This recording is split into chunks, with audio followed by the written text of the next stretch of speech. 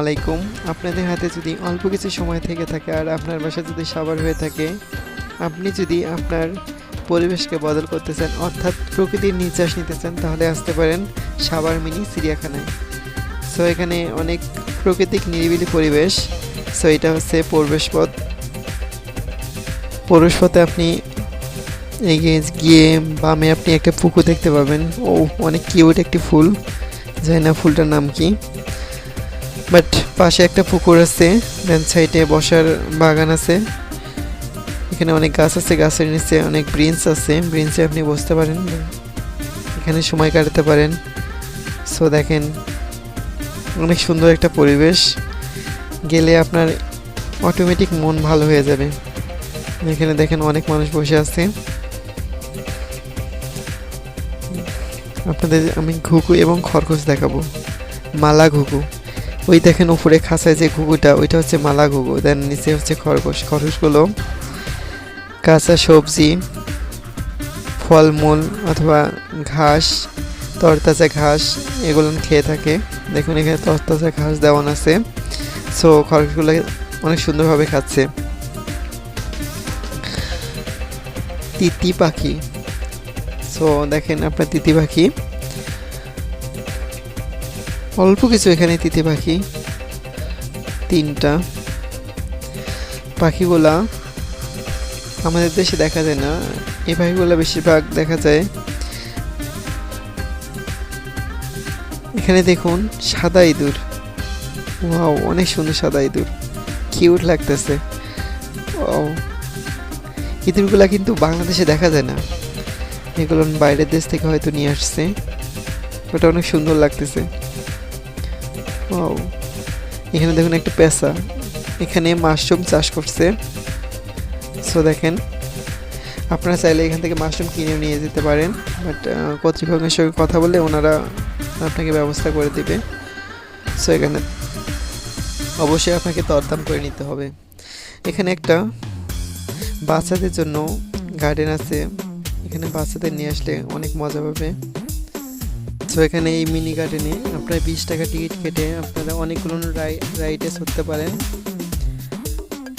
2 বছরের নিচে কোনো টিকিট লাগে না, বাট 2 বছরের উপরে বাচ্চাদের টিকিট লাগে। এবং এখানে ট্রেন আছে, দোলনা আছে, নাগরদোলা আছে, যে কোনো রাইডে আপনি চড়তে পারেন, মাত্র 20 টাকা টিকিট। এখানে বাচ্চাদের নিয়ে গেলে বাচ্চারা অনেক খুশি হবে।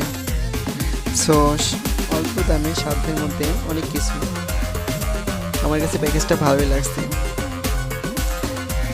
এখানে দেখুন ভাল্লুক, সুন্দর লাগছে, বাট আরও কিছু ভাল্লুক যদি যোগ করতো তাহলে ভালো হতো, বেটার হতো। বাট একটা ভাল্লুক আমার কাছে বেশিটা ভালো লাগেনি।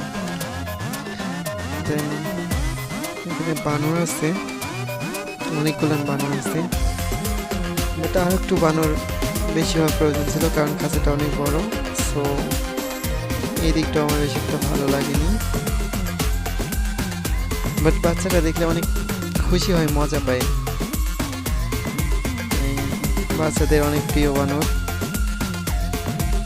দেখুন বসে মুরব্বীদের মতো গল্প করতেছে। আসলেই বানর বানর দেখলে কার না ভালো লাগে, সবারই বানর ভালো লাগে। ওয়াও, এখানে একটা বসে আছে একা, একটা হাঁড়ি বাড়াইতেছে। এটা হচ্ছে উট পাখি, ও অনেক সুন্দর লাগতেছে। বাট এগুলা এত বড় বড় খাঁচায় একটা করে দুটা করে প্রাণী রাখা বিষয়টা ভালো লাগেনি। আরও কিছু পাখি হলে খুব ভালো হইতো। একটা পাখি, এখানে আমি এর আগে আসছিলাম তাতে অনেক ছিল, বাট এখন অনেক কমাই দিছে। এই ময়ূর দেখতে পাচ্ছেন, ময়ূরও দেখছি একটা।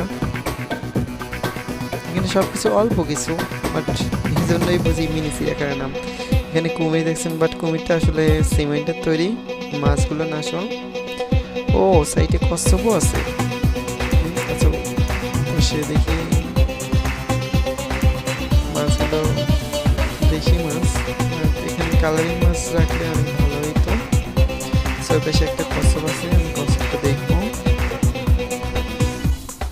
দেখুন এই যে কচ্ছপ মাথা বের করে আছে, ওয়াও অনেক সুন্দর লাগতেছে। কচ্ছপ নিস্তব্ধ হয়ে আছে। এই দেখুন এখানে হরিণ আছে, বাহ, অনেক সুন্দর।